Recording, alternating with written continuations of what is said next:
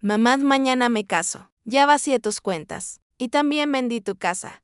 La voz de mi hijo sonó tan fría que por un segundo pensé que era una broma cruel, hasta que escuché el clic del teléfono y el silencio me confirmó que no. Me quedé con el móvil en la mano, mirando la pantalla negra. Y entonces hice algo que nadie espera de una madre traicionada. Me reí. Me reí porque mi hijo creyó que me dejó en la ruina. Pero sin saberlo, acababa de activar la trampa legal más humillante de su vida. Soy Inés Salvatierra, sí, cambié nombres y lugares por privacidad. Y esta historia ficticia y narrada para entretener y reflexionar es sobre traición, manipulación, infidelidad emocional, abuso financiero y venganza inteligente. Suscríbete y deja tu like si te gustan las historias intensas con giros. Dime en comentarios, ¿tú perdonarías a un hijo que te roba? ¿Desde qué ciudad me escuchas? Ahora sí respira, porque lo que pasó después me cambió para siempre. El teléfono sonó a las 9:04 de la mañana. Un martes cualquiera en Puerto Cobalto, una ciudad costera donde todo el mundo cree conocerte, pero nadie sabe lo que pasa detrás de tu puerta. Yo estaba preparando café con la bata vieja y el cabello recogido, cuando vi el nombre en pantalla. Matías, mi hijo. Mi único hijo, contesté con esa sonrisa automática que se te queda pegada por costumbre. Mi amor, ¿todo bien? La respuesta llegó como una cuchillada limpia. Mamá, te llamo para avisarte que mañana me caso. Ya saqué todo el dinero de tus cuentas. También vendí la casa. Los papeles están firmados. No intentes contactarme. Adiós. No hubo pausa, no hubo respiración, no hubo lo siento. Solo una lectura, como si alguien le estuviera dictando. Y antes de que mi cerebro pudiera comprender, colgó. El café siguió goteando en la cafetera como si nada. El mundo no se detuvo. Eso es lo más cruel, el mundo sigue, aunque a ti te estén arrancando el corazón. Me quedé sentada en el sofá, con el celular todavía en la mano. Sentí un calor en la cara, un zumbido en los oídos. La primera reacción fue una mezcla de shock y vergüenza. Vergüenza de que mi hijo hiciera eso. Y vergüenza de mí, por no haberlo visto venir. Pero entonces ocurrió, una risa me subió desde el pecho.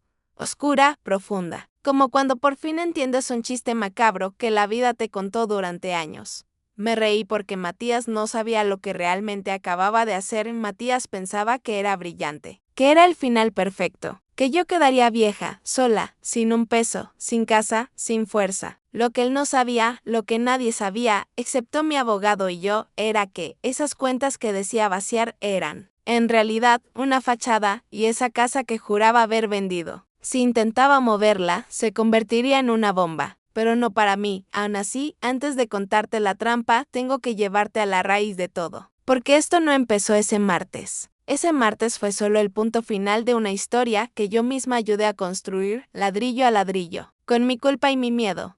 Yo quedé embarazada a los 25 en San Aurelio, un barrio trabajador donde la gente aprende temprano a sobrevivir. El padre de Matías, Ezequiel, era de esos hombres encantadores que saben decir lo correcto y hacer lo contrario. Me prometió un futuro brillante, una familia de verdad, una casa grande. La casa grande nunca llegó. Lo que llegó fue su ausencia. Cuando Matías tenía 5 años, Ezequiel se fue una madrugada sin despedirse. Dejó una nota pequeña, escrita como si fuera un recibo. No sirvo para esto. ¿Perdón?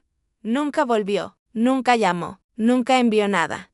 Y yo, como muchas mujeres, hice el juramento más peligroso de todos. Mi hijo no va a sufrir. Yo voy a ser suficiente. Ese juramento no me volvió fuerte. Me volvió ciega. Trabajé como asistente en un taller de papelería por la mañana. Limpiaba oficinas por la noche y los fines de semana hacía arreglos de ropa en casa. Dormía 4 horas. Se me agrietaron las manos, se me dobló la espalda y se me adelantaron las canas. Pero Matías tenía ropa nueva, útiles, juguetes, comida y como yo me sentía culpable por no estar. Compensaba con lo que podía, cosas. Lo que no le di por miedo fue la palabra más importante para criar. No. La primera vez que Matías robó fue a los 7 años en una tiendita cerca del mercado. Una chocolatina. La señora Delia, la dueña, me lo dijo con cuidado, Inés. Tu niño se guardó algo en el bolsillo. Yo lo vi.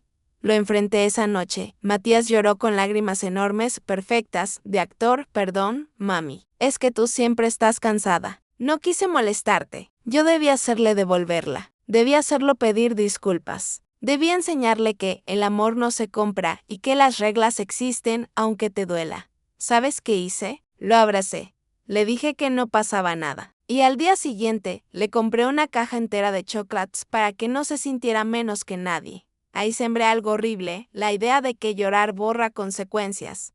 Y así se repitió con todo. Sí.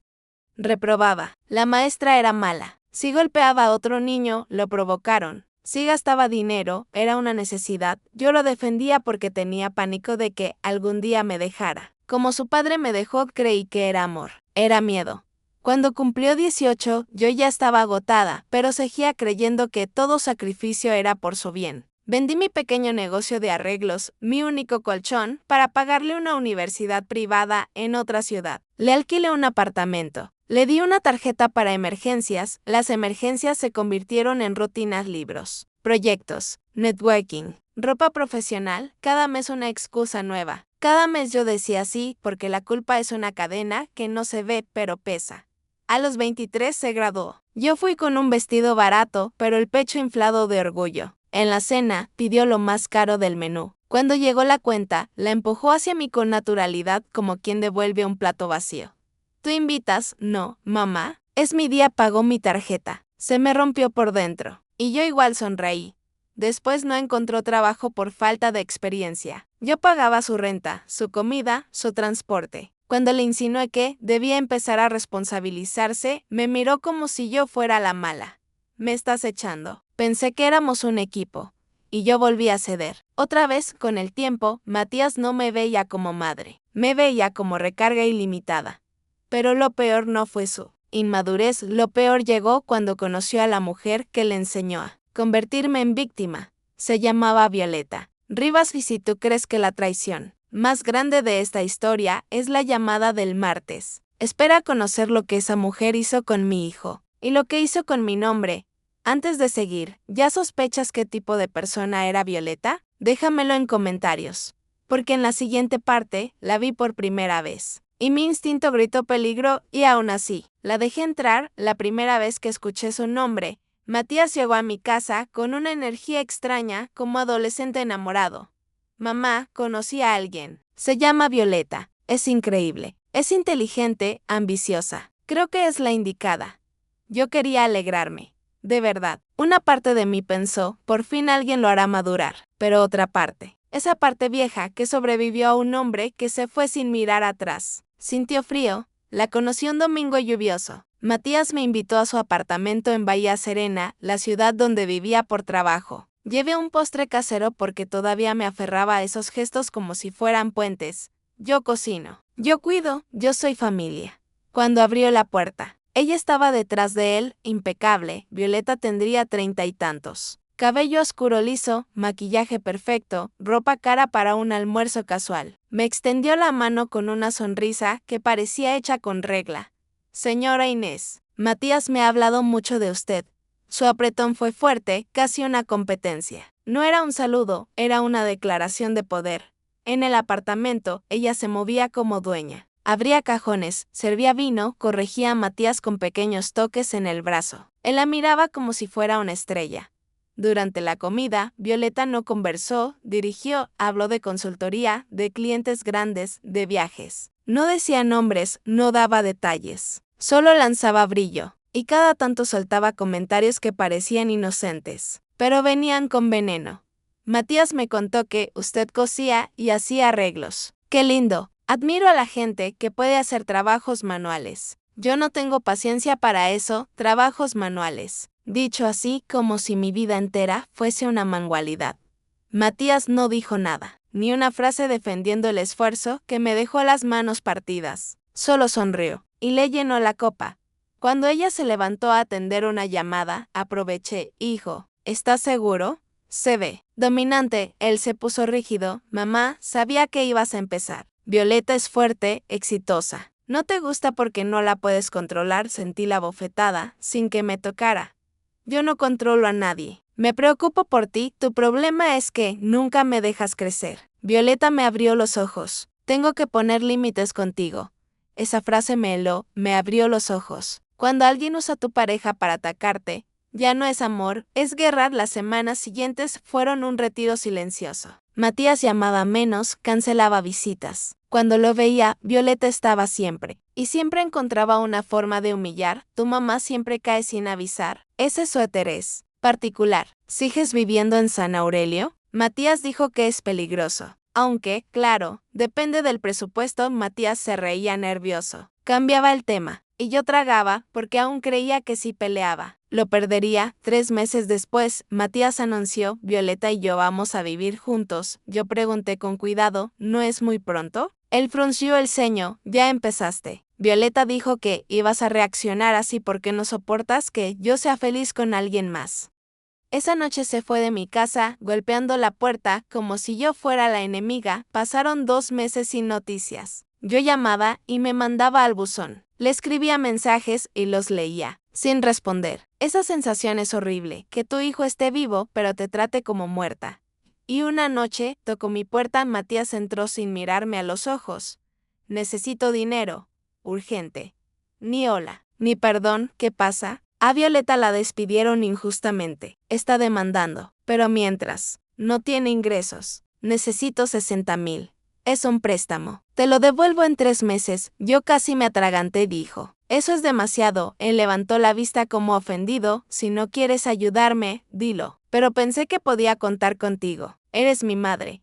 Otra vez esa cadena, la maternidad usada como contrato. Transferí el dinero al día siguiente y ese dinero nunca volvió. Después vinieron más urgencias, arreglos, inversiones, deudas. Yo vendí cosas, me atrasé en pagos. Y aún así, seguí dando porque el miedo a la soledad era más fuerte que mi dignidad.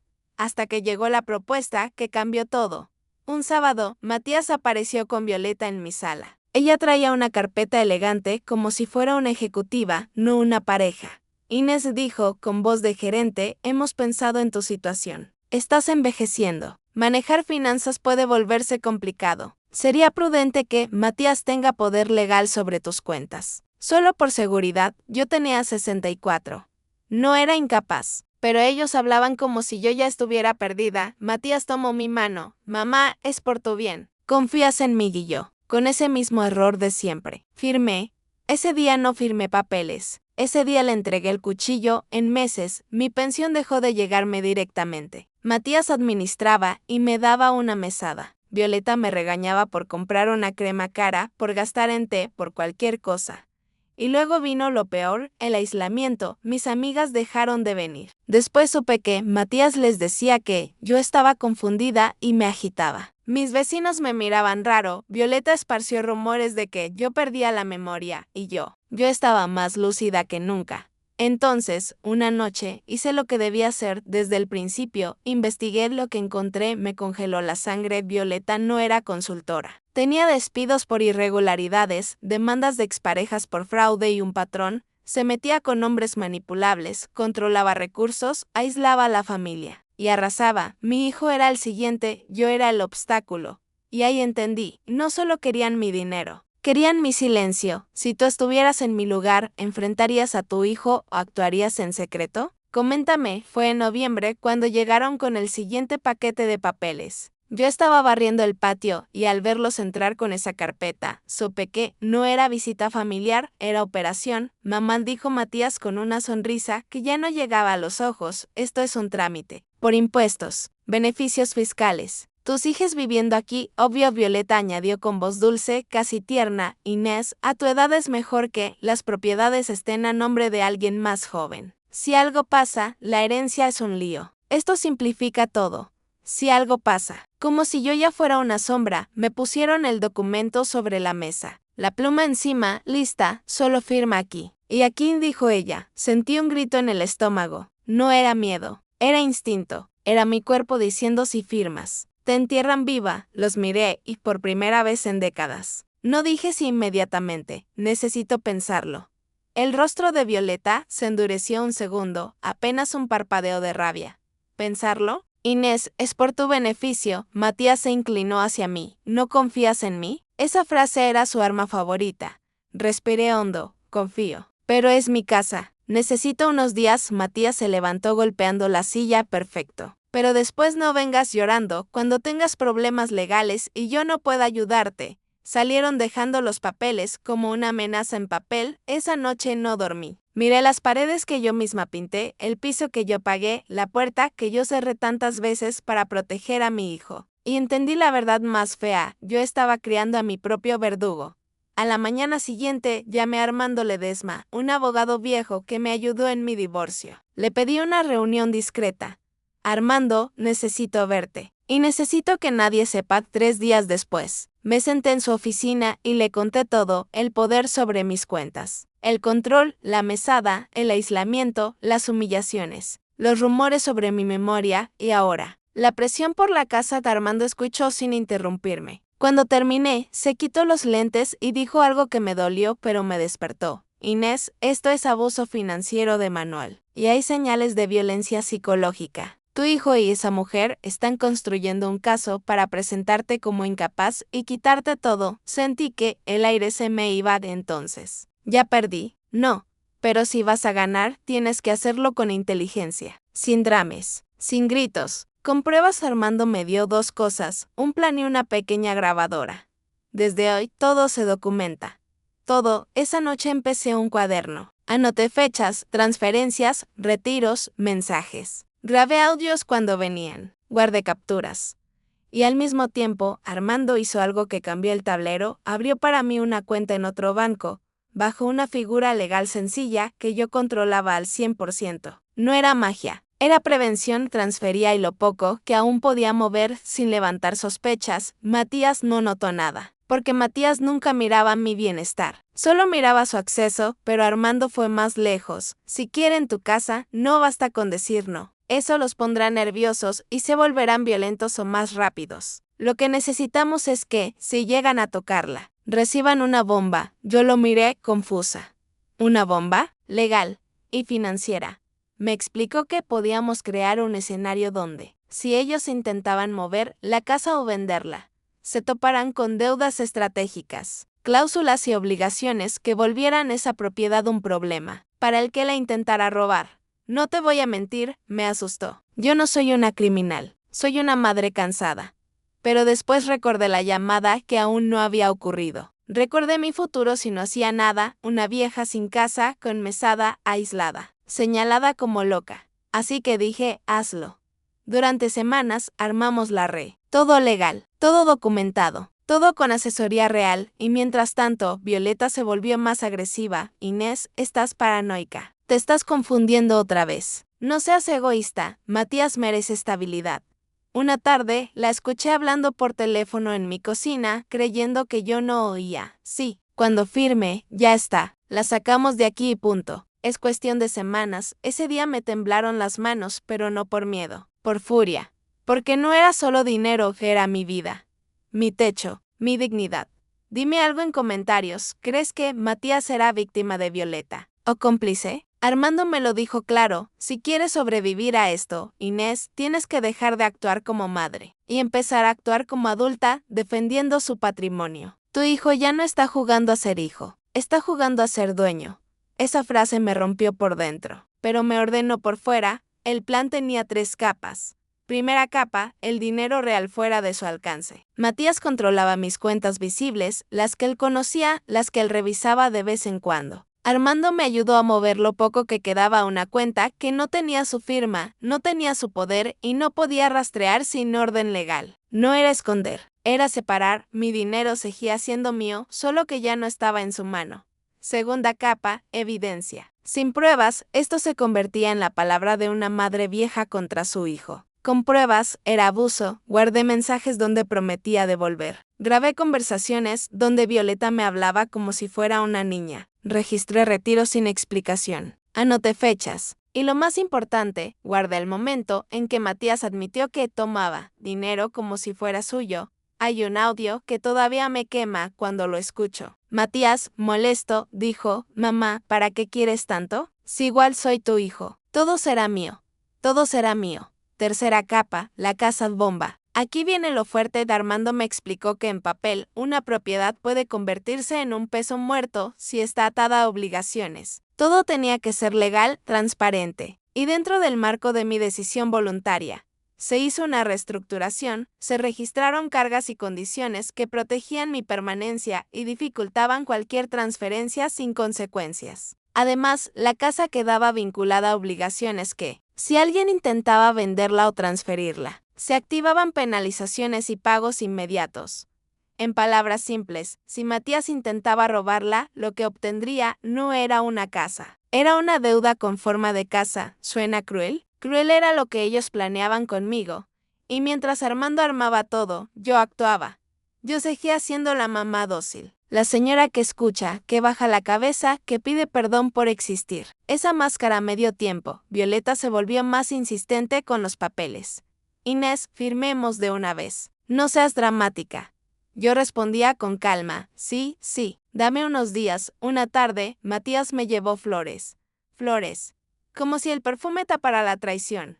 Mamá, eres lo más importante para mí, y yo lo miré y pensé, ¿cuándo te convertiste en esto? Pero no lo dije, porque ya no estaba buscando su amor. Estaba buscando mi salida. Las últimas semanas antes del martes fueron un desfile de presión. Violeta incluso soltó la palabra que usan los depredadores cuando quieren que la víctima se sienta.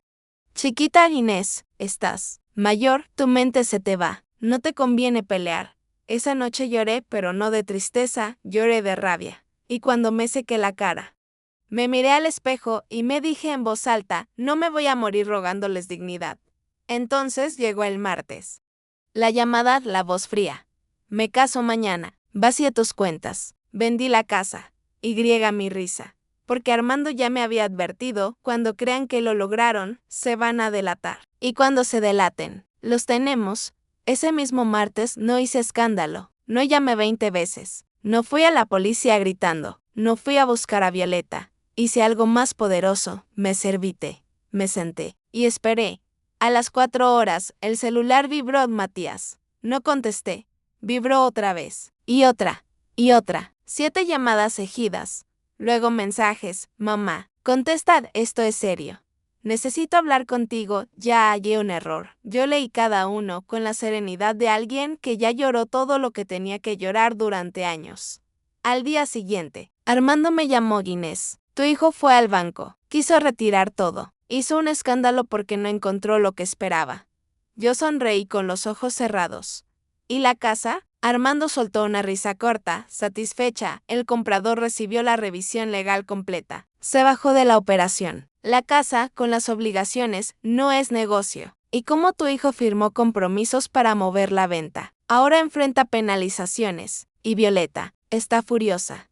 Yo no sentí alegría. Sentí justicia. De esa noche tocaron mi puerta. No tocaron. Golpearon. Mamá, abre. Abrí despacio. Matías estaba descompuesto, ojos rojos, ropa arrugada, mandíbula tensa. Y detrás, en un auto, Violeta esperaba sin bajar. Como las ratas que no pisan el barco cuando huele a hundimiento, Matías entró empujando. ¿Qué hiciste? ¿Dónde está el dinero? Yo hablé despacio, con una calma que lo desesperó. ¿Qué dinero, Matías? No te hagas. El dinero de tus cuentas, mis cuentas, que tú manejabas. Vi cómo su rostro cambiaba de rabia a pánico. Mamá, por favor. Y ahí, por primera vez, no sentí ternura. Sentí claridad. Tengo evidencia de cada movimiento que hiciste. Tengo registros, audios, mensajes. Y tengo un abogado. Matías palideció. Tú no harías eso. Me acerqué un paso. Me subestimaste. Creíste que yo era una anciana manipulable. Pero resulta que las madres también aprenden. Cuando sus hijos las intentan destruir. Matías lloró. Lloró de verdad, y soltó la frase más cobarde. Fue idea de Violeta. Yo miré hacia el auto. Violeta no se movió. Matías suplicó, tengo deudas. Me están amenazando. Necesito ese dinero, y yo le pregunté suave, ¿y yo? ¿Yo dónde vivía en tu plan? Él no respondió, porque nunca me había imaginado como persona. Solo como caja fuerte, lo llevé hacia la puerta, te vas. Y no vuelves hasta que puedas mirarme y ver una madre. Pero también una mujer, una persona. Mamá, no tengo a dónde ir. Esas consecuencias son tuyas. Cerré, y por primera vez en 42 años. Puse un límite que no se rompió, comenta, hice bien en cerrarle la puerta o debía ayudarlo igual, porque lo que pasó después fue lo más difícil. Los siguientes días fueron silenciosos. No de ese silencio bonito de paz, sino de ese silencio que retumba porque estás escuchando tu culpa respirar en la oscuridad.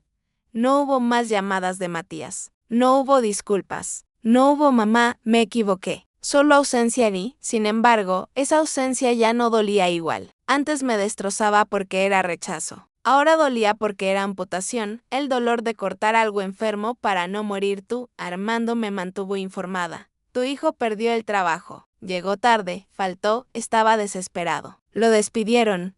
Yo me quedé mirando mi taza de té, sin saber si sentir pena o alivio. Violeta. Lo dejó de esa parte no me sorprendió. Las personas como Violeta no se enamoran, se asocian. Y cuando el negocio deja de servir, se van. Se mudó con otro hombre, me dijo Armando. Al parecer, uno con dinero real da y sentí algo amargo. Mi hijo no era el villano principal para Violeta, era una herramienta. Y aún así, Matías eligió usarme igual. Una madrugada, encontré una carta bajo la puerta, era de él, letra temblorosa. Papel barato, sin perfume, sin teatralidad. Decía, en resumen, que entendía, que había tocado fondo, que se daba vergüenza, que no me pedía dinero, que me pedía si algún día la oportunidad de reconstruir con acciones. La leí 3 veces y lloré, porque una madre llora incluso cuando tiene razón. 2 días después, recibí una llamada de un número desconocido. Señora Salvatierra, soy la recepcionista del hotel donde está su hijo. Lleva días sin comer, está enfermo, tiene fiebre alta, no tiene dinero para un médico. El aire se me fue, mi primer impulso fue correr, ponerle paños fríos, sopita, cargarlo como cuando era niño. Pero me detuve, porque sí corría. ¿Qué aprendíamos? Que con enfermarse yo regreso, que el límite es solo una palabra bonita. Tragué saliva. Llame a una ambulancia, dije. Yo pagaré, pero quiero que sea anónimo. No le diga que yo pagué. La mujer dudó. ¿Estás segura? No estaba segura de nada, pero estaba segura de una cosa. Yo ya no podía ser su salvavidas automático. Matías pasó 3 días en el hospital, neumonía, desnutrición, agotamiento. El médico me llamó porque seguía figurando como contacto de emergencia, necesitará recuperación. ¿Alguien lo cuidará? Esa pregunta me atravesó. Fui al hospital, no entré de inmediato. Me quedé mirando por el vidrio. Ahí estaba mi hijo, pálido, flaco, conectado a suero. Se veía pequeño, vulnerable, como el niño que yo amé. Antes de convertirse en el hombre que me robó, entré y me senté junto a la cama. Sus ojos se abrieron, mamá. Lloró con una vergüenza silenciosa que me quebró. Lo siento. Yo tomé su mano, pero no como antes. No como te perdono todo, sino como te reconozco humano. Lo sé, pasaron minutos sin hablar. Luego me preguntó, con voz débil, ¿qué voy a hacer ahora? Yo respiré profundo. Vas a reconstruir. Tú, sin usar a nadie. Sin atajos. ¿Y nosotros? Esa palabra, nosotros, fue una bala lenta. No lo sé, respondí con honestidad. Necesito tiempo. Y tú necesitas demostrar con acciones, no con lágrimas. Me levanté. Pagaré esta cuenta del hospital. Eso es todo. Después, estás solo. Él asintió, derrotado. Y yo salí, con el corazón roto, pero la espalda recta. Pasaron semanas, yo seguí terapia. Empecé a dormir mejor. Volví a caminar por las mañanas, a hablar con mis amigas, a existir fuera del rol de mamá banco. Y entonces, un martes, llegó un sobre con 500 pesos y una nota. Primer pago. Sé que es poco, pero lo haré. Al mes siguiente, otro sobre. Y otro, siempre puntual. No era suficiente para devolver el daño, pero era un gesto que nunca había hecho. Responsabilidad sin manipulación. Y así, un sábado de abril, tocaron mi puerta. Abrí. Matías estaba ahí. Más delgado, más curtido, manos ásperas, ropa gastada. Ojos diferentes. Hola, mamá. No vengo a pedirte nada, sacó un sobre. Solo quería darte esto. Y decirte gracias. Por no salvarme esta vez, yo no supe qué contestar. Porque esa frase era el inicio de algo nuevo. O el último intento de un viejo patrón disfrazado. Y ahí termina esta parte, porque lo que pasó después fue la decisión más difícil, abrirle la puerta otra vez, o cerrar para siempre. Matías seguía ahí, en mi umbral, con el sobre en la mano y esa mirada distinta que me desarmaba y me enfurecía al mismo tiempo. Porque sí, una parte de mí quería abrazarlo como antes. Pero otra parte, la que aprendió a sobrevivir, me gritaba, si lo rescatas sin condiciones, lo pierdes a él y te pierdes a ti.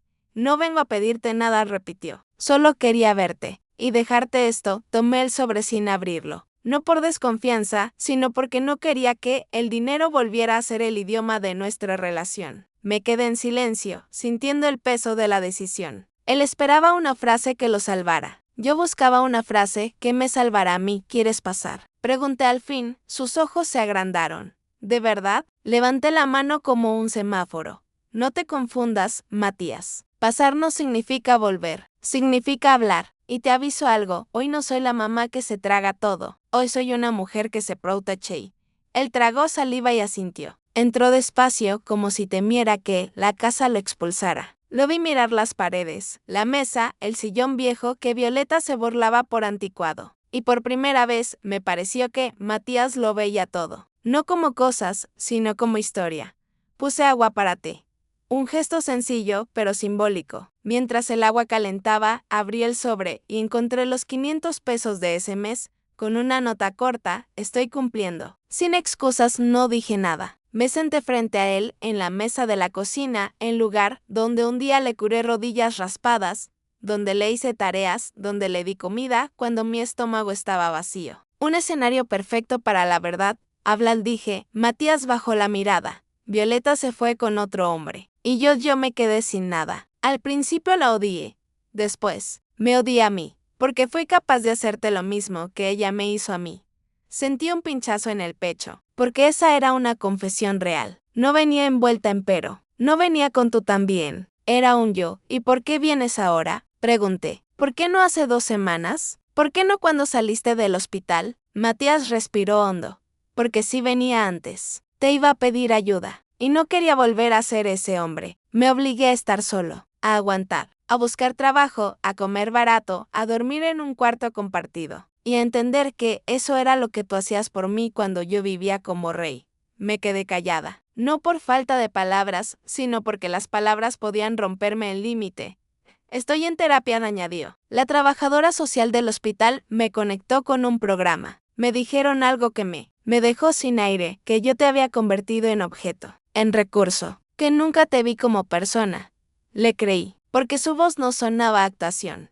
Pero el dolor no desaparece porque alguien se disculpe. El dolor no se borra con una carta. El daño no se arregla con té. ¿Qué quieres de mí?, pregunté. Matías levantó la vista. Nada, solo poder demostrarte que cambié, con hechos. Con tiempo, yo me incliné un poco hacia adelante. Entonces escucha mis reglas. Él se enderezó como si estuviera en un juicio. 1. No vuelves a tocar mis cuentas. Nunca. 2. No vuelves a decidir por mí. Ni dónde vivo, ni qué compro, ni con quién hablo. 3. Si algún día vuelves a mentirme o manipularme, la puerta se cierra para siempre. 4. Si vuelves a aparecer con papeles, te vas directo con Armando. Yo no firmo nada sin abogado. 5. Nuestra relación, si existe, va a ser lenta. Una visita al mes. Un té. Y ya Matías asintió, sin protestar. Lo entiendo, ¿de verdad? Lo miré fijo. Porque entender significa aceptar incluso cuando te duela. Sin susurró. Me lo gané. El silencio se volvió extraño, menos pesado. Y entonces ocurrió algo inesperado. Matías metió la mano en el bolsillo y sacó su teléfono. Hay algo más que necesito mostrarte, él dijo. Se me tensó el cuerpo porque Violeta me está buscando otra vez. Y esta vez no es por mí. Es por ti. Sentí que la sangre se me iba a los dedos. ¿Cómo que por mí? Me enseñó mensajes, un número desconocido, pero con un estilo que yo reconocería en cualquier parte. Frío, elegante, venenoso. Dile a tu madre que tenga cuidado con lo que guarda. Puerto Cobalto es pequeño. La gente habla. Hay cosas que se pueden resolver de otra forma. Tragué saliva. Te está amenazando. Matías apretó la mandíbula. Sí.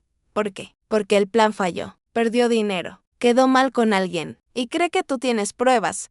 No dije nada, pero mi mano se fue, instintivamente, hacia el cajón donde guardaba el pendrive con audios y capturas. La evidencia que Armando y yo reunimos. Matías me miró con culpa. Yo le conté demasiado antes, cuando estaba con ella. Le dije que tú eras débil. Le dije que te ibas a rendir. Le di información que no merecía. Mi garganta ardió. Quise gritarle, pero respiré, porque el grito era el idioma viejo. Y yo estaba aprendiendo otro. ¿Qué hiciste cuando te escribió?, pregunté. No le respondí. La bloqueé. Pero ella sabe dónde vivías. Sabe quién eres. Y yo, Yo no quiero que te pase nada por mi culpa. Me levanté despacio. Mañana voy con Armando. Matías asintió con urgencia. Yo voy contigo. Lo miré. No, tú no vienes como protector. Vienes como responsable. Si hay consecuencias, las enfrentas. Si hay denuncia, colaboras. Él bajó la cabeza. Lo haré. Ese sábado se fue. No intentó quedarse. No pidió abrazos. No pidió perdón otra vez. Solo se fue, como alguien que por fin entiende que el acceso a una persona se gana, no se exige. Esa noche dormí mal. Soñé con Violeta riéndose en mi cocina, firmando papeles con mi mano, llamándome confundida, y con Matías niño llorando por chocolate, mientras yo lo abrazaba y le regalaba más. A la mañana siguiente, me miré al espejo y dije en voz alta, no volveré a pagar por el amor de nadie. Pausa rápida. Si tú estuvieras en mi lugar, ¿denunciarías a Violeta de inmediato o esperarías a tenerla bien atrapada? Cuéntame en comentarios. Al día siguiente fui a ver a Armando. No llevé tacones, no llevé maquillaje, no llevé una máscara de señora fuerte. Llevé lo único que de verdad sirve en una guerra así. Pruebas. Armando revisó mensajes, escuchó audios, leyó mis notas. Cuando terminó, me miró con esa seriedad que solo tienen los abogados cuando ya saben que esto no es un susto, es un caso. Inés, esto puede escalar. Violeta no es solo manipuladora, es organizada. Si está amenazando, está nerviosa. Y si está nerviosa, puede cometer errores. O puede intentar ensuciarte primero. ¿Ensuciarme cómo? Pregunté. Armando apoyó los codos en el escritorio. Denuncias falsas, rumores. Tratar de instalar la narrativa de que tú estás inestable y que tu hijo te está cuidando. Si logra que alguien crea eso, se protege. Sentí un escalofrío. ¿Qué hacemos? Dos cosas. Una, preparamos un paquete de evidencia listo para presentar si es necesario. 2, establecemos una orden de restricción si se acerca. Y 3, hizo una pausa. Necesitamos a Matías como testigo. Mi estómago se apretó. ¿Él aceptará? Si está realmente cambiando, sí.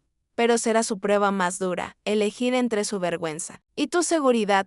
Ese mismo día, Matías llegó a la oficina. Yo lo vi entrar con ropa sencilla, manos ásperas, la mirada cansada. No era el Matías arquitecto brillante con ego de cristal. Era otro. Aún así, el daño seguía ahí. Armando lo miró directo en Matías. Si tu madre presenta esto, tú quedas expuesto. Tú firmaste cosas. Tú ejecutaste movimientos. Tú fuiste parte, aunque estuvieras manipulado. ¿Estás dispuesto a asumirlo? Matías tragó saliva. Sí, yo lo miré, buscando la grieta del pero. No la vi, quiero arreglarlo, dijo. Aunque me cueste. Salimos de la oficina con un plan. Y justo cuando creí que teníamos el control. El destino o la maldad nos mostró su siguiente carta. Ese miércoles, al volver del mercado, encontré una mujer esperándome en la puerta de mi casa. No era Violeta. Era una desconocida, elegante, con un peinado perfecto y una carpeta en la mano. Señora Salvatierra, dijo sonriendo. Soy Lucía, abogada. Represento a Violeta Rivas. Necesitamos hablar. Mi corazón golpeó fuerte. No tengo nada que hablar con ella. Lucía mantuvo la sonrisa de tiburón. Es una lástima, porque mi clienta está dispuesta a resolver esto de manera amigable, antes de que ciertas cosas se hagan públicas. No respondí. No por miedo. ¿Por estrategia qué cosas? Pregunté. Lucía sacó una hoja. Tenemos declaraciones de vecinos sobre conductas extrañas. También tenemos mensajes donde usted habla de trampas y planes contra su hijo. Podría interpretarse como manipulación hacia un adulto vulnerable. También hay evidencia de que su hijo recibió dinero y de pronto desapareció. Sentí la trampa. Quería pintarme como villana. Eso es falso, dije. Firme. Lucía inclinó la cabeza. Entonces firme este documento, un acuerdo de confidencialidad. Usted se compromete a no difamar a mi clienta ni mencionar su nombre en ninguna denuncia, y su hijo recupera una vía amigable de negociación. ¿Negociación de qué? Pregunté. Lucía soltó la frase, suave como veneno, de la casa. Y del dinero. Ahí me ardió la sangre. Dígale a Violeta que no. Lucía suspiró. Le advierto, Puerto Cobalto es pequeño. Y la reputación se rompe fácil. ¿Estás segura de que quiere esto? En ese momento, escuché pasos detrás de mí. Matías venía caminando desde la esquina. Cuando vio a la abogada, se detuvo. Su rostro cambió. Lucía sonrió más grande. Matías. Perfecto. También necesitábamos hablar contigo. Matías se acercó y se puso a mi lado. No delante, a mi lado. Un detalle pequeño, pero enorme. No tienen nada que hablar con mi mamá, dijo. Lucía lo miró de arriba abajo, con desprecio. ¿Eso te dijo ella? ¿O ya te está controlando otra vez? Matías apretó los puños. No. Esto lo decidí yo. Violeta me usó, y yo me dejé. Pero no volverá a tocar a mi madre. Lucía abrió la carpeta y sacó otra hoja. Entonces firma esto. Tu reconocimiento de que actuaste por voluntad propia y que tu madre te presionó. Así tu madre queda expuesta y Violeta sale limpia. Mi estómago se hundió. Era el ultimátum, o él la protegía a ella, o me protegía a mí. Matías miró el papel. Lo vi temblar. Vi en su cara la lucha entre el cobarde que fue y el hombre que intentaba ser. Yo no dije nada, porque no quería empujarlo. Quería ver quién era. Matías rompió el papel en dos. Dígale a Violeta que, si vuelve a acercarse a mi madre, yo mismo voy a declarar todo lo que sé. Y que no me importa quedar mal. Me importa que mi madre viva en paz. Lucía se quedó quieta. Por primera vez sin sonrisa. Te estás metiendo con gente peligrosa. Matías respondió algo que me partió y me sanó al mismo tiempo. Más peligrosa fui yo para ella. Lucía dio media vuelta y se fue. Yo me quedé ahí, con la bolsa del mercado en la mano, temblando. Matías me miró. ¿Estás bien? Quise decir sí. No pude, solo asentí. Y por primera vez en años vi un destello real, Matías eligiendo lo correcto aunque le doliera. Esa misma noche, Armando nos dijo que era momento de actuar, presentar la evidencia formalmente. Antes de que Violeta inventara algo primero, y mientras preparábamos todo, llegó el giro que nadie esperaba. Violeta no solo estaba amenazando, estaba planeando otra boda con otro hombre. Con dinero de verdad, y Matías era el único que podía detenerla. Dime en comentarios, ¿crees que Matías merece redención si ayuda a detenerla o el daño ya es imperdonable? La noticia llegó por una vecina chismosa, de esas que te cuentan el clima y la tragedia con la misma sonrisa. Inés, ¿ya viste? Dicen que Violeta está comprometida con un empresario de la capital, que se casan pronto. Me quedé helada. No por celos, por asco, porque ya sabía el patrón, hombre con recursos, aislamiento, control, ruina. Matías también lo supo. Lo vi en sus ojos cuando se lo conté. No puedo dejar que le haga lo mismo a otro, murmuró. Tú no eres héroe ahora, le dije, firme. Primero, cumples con lo que debes aquí. Y si vas a hacer algo, lo haces legalmente. Sin impulsos, Armando nos reunió y fue claro, Matías, si declaras, te expones. Podrían acusarte como cómplice, pero también puedes negociar como colaborador y testigo clave. La diferencia está en algo simple, vas a decir la verdad completa, incluso la que te deja mal. Matías se quedó callado. Luego respondió, si Armando le pidió que escribiera una cronología, desde que conoció a Violeta, cómo ella le hablaba de mí, cómo lo empujó a firmar, cómo lo convenció de que yo era un estorbo. Y Matías escribió, con lágrimas, con vergüenza, yo no leí ese documento ese día, no estaba lista, pero lo guardé, porque necesitaba pruebas. Y necesitaba realidad. La primera vez que Matías fue a declarar, salió pálido. Me preguntaron por qué lo hice, me dijo. Y no supe responder sin sonar como basura. Porque lo fuiste, le dije sin gritar. Pero eso no significa que tengas que quedarte ahí. Significa que tienes que cargarlo y cambiar.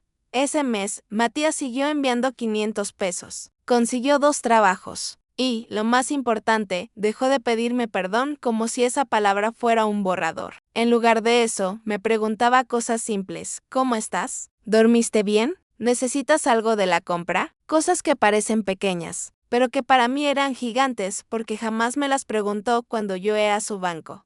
Mientras tanto, Violeta movía fichas. Intentó presentar rumores sobre mí, que yo estaba obsesionada, que yo inventaba planes, que yo manipulaba a mi hijo. Armando respondió con evidencia sólida. Cada audio, cada mensaje, cada registro, y Violeta cometió el error típico de los narcisistas. Se creyó intocable y se comunicó directamente conmigo. Una tarde recibí un mensaje desde un número nuevo.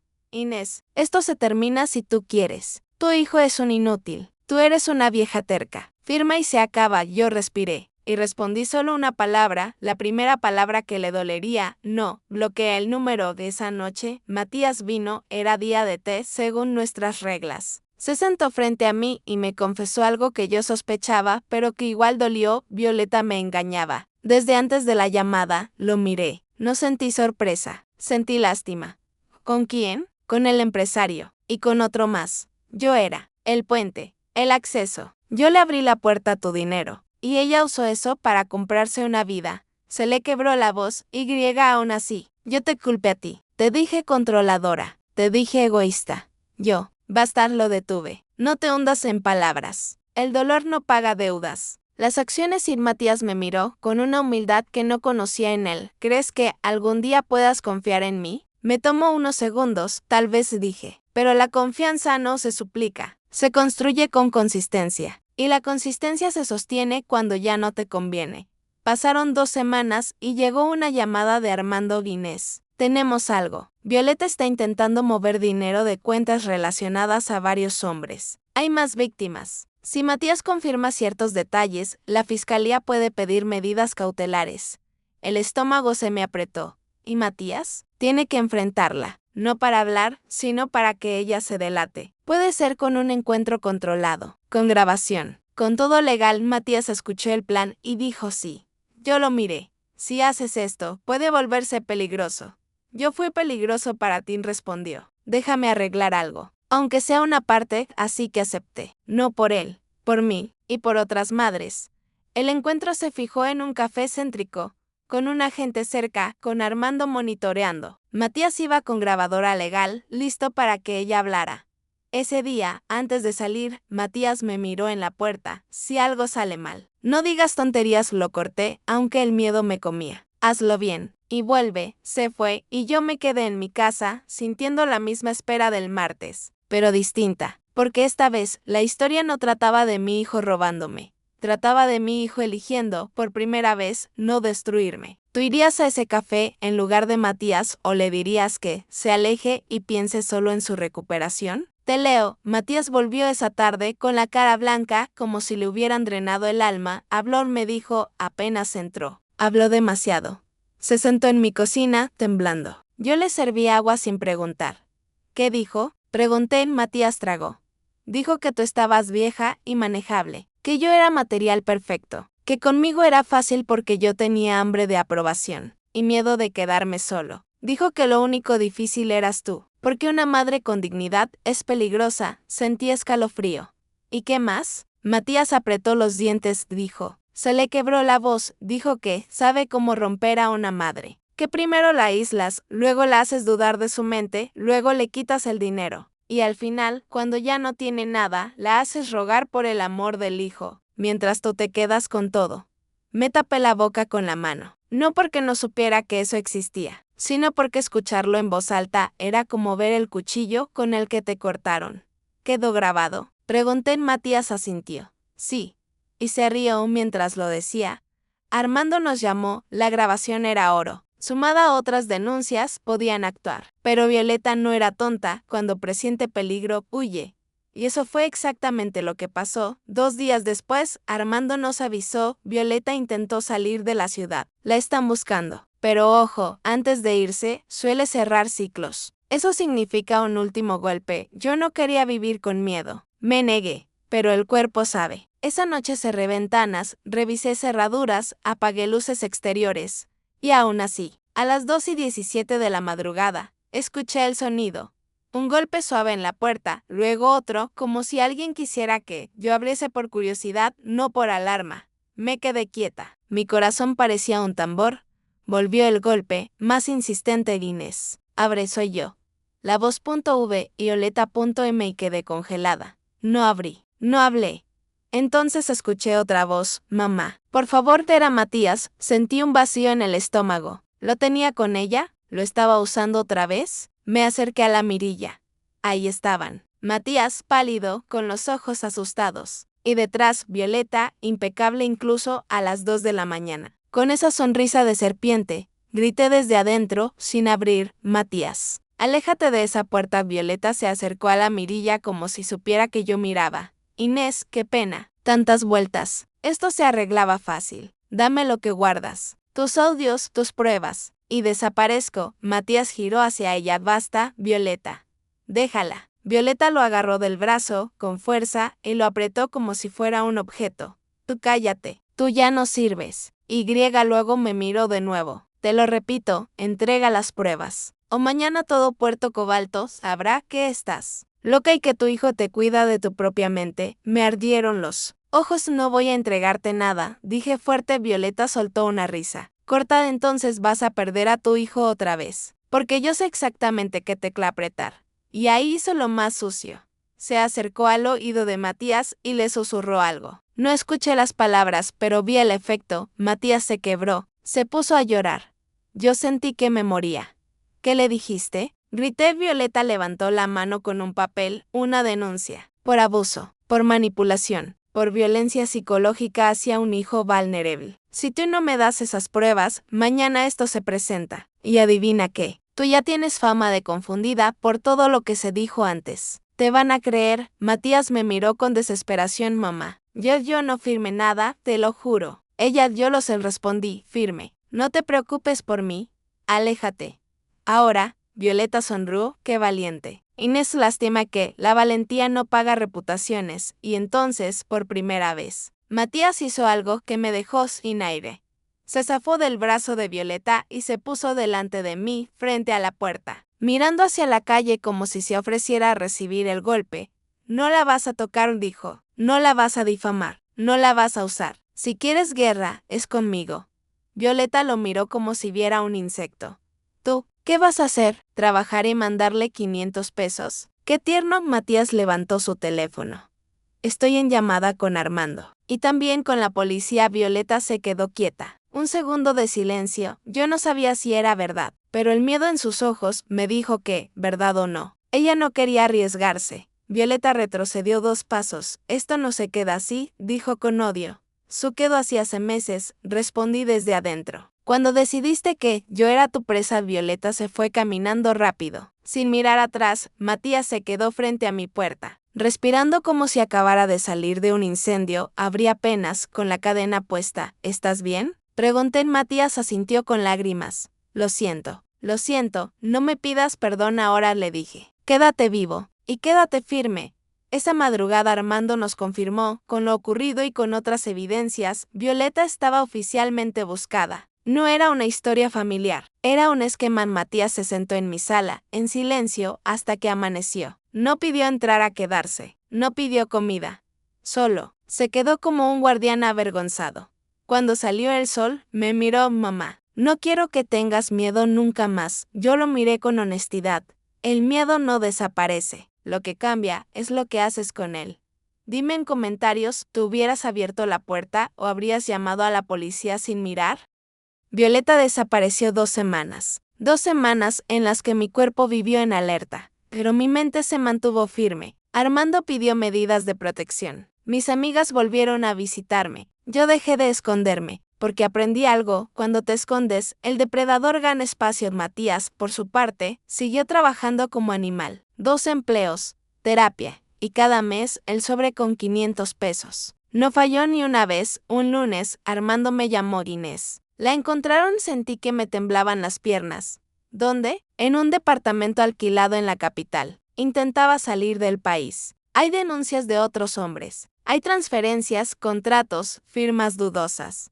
Y tu audio, el que dice sé cómo romper a una madre, fue determinante. Me senté. Cerré los ojos. No sentí felicidad. Sentí algo más raro, descanso. Como cuando dejas de sostener una puerta que te estuvo aplastando el cuerpo durante años. ¿Y Matías? Pregunté. Colaboró. Eso lo ayuda, pero no lo borra. En el informe quedará su participación inicial. La diferencia es que ahora aparece como quien ayudó a desmantelar el esquema. Colgué y me quedé mirando la pared. Me acordé de Matías niño. Y luego del Matías que me llamó aquel martes para decirme que me había vaciado. 2 personas con la misma cara. La vida es cruel así. Ese sábado tocó mi puerta. Era el día de té. Matías entró y se sentó. Me llamaron, dijo. Violeta está detenida. Yo asentí. Matías respiró hondo. No te pido que me perdones. Solo, necesitaba saber que estás bien. Lo miré. Estoy mejor que hace un año. Matías bajó la vista. Yo. Estoy aprendiendo a vivir sin atajos. Es raro. A veces tengo ganas de correr a lo fácil. A lo mami lo arregla. Pero me acuerdo de tu puerta cerrándose. Y me acuerdo de que eso me salvó. Se me apretó la garganta. No me pongas de heroína, le dije. Yo también me equivoqué contigo. Te di amor sin límites porque tenía miedo. Y ese miedo te deformó. Matías levantó la mirada. ¿Crees que podemos construir algo nuevo? Me tomé mi tiempo. Y esa fue mi respuesta más importante porque antes yo respondía rápido por ansiedad. Podemos intentarlo, dije. Pero con reglas. Y con verdad. Matías asintió. Sí. Saqué del cajón un papel. No era un contrato legal. Era un acuerdo escrito a mano. Algo simbólico, pero claro. Lo puse entre los dos. Estas son mis condiciones para que sigas en mi vida. Léelas. Matías las leyó en silencio. No dinero entre nosotros, sin mediación y registro. No control. No por tu bien. Terapia continua. Visita mensual y solo se amplía con tiempo. Respeto absoluto. Cualquier intento de manipulación. Fin. Matías tragó saliva. Lo firmo. Tomó el bolígrafo y firmó. Yo también firmé.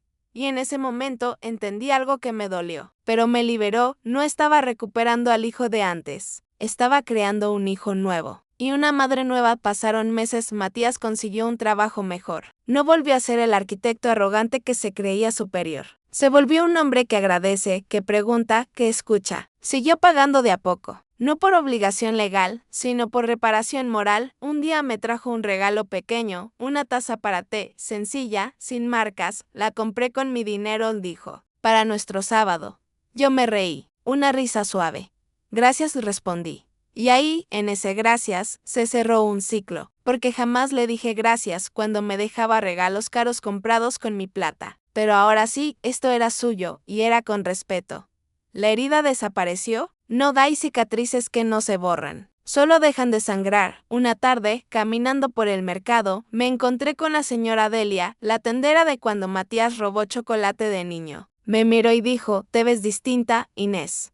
¿Te ves? Ligera sonreí. Me quité un peso de encima. Y esa noche, escribí en mi diario, aprendí tarde, pero aprendí, el amor sin dignidad no es amor. Es hambre, es miedo. Y yo ya no tengo hambre de aprobación. Tengo hambre de paz. Hoy vivo en mi casa. Mi dinero está donde debe estar. Mis amistades volvieron. Y Matías está en mi vida con límites. No sé si esto es un final feliz, pero sí sé que es un final real. Y si estás escuchando esto y te duele porque te recuerda a alguien, quiero decirte algo, de mujer a mujer, poner límites no te hace mala, te hace libre.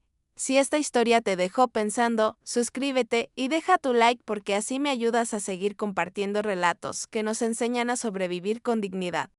Cuéntame, ¿tú qué hubieras hecho con Matías? ¿Cierre total? ¿O una puerta con condiciones? Y dime, ¿desde qué ciudad me estás escuchando? Gracias por quedarte hasta el final.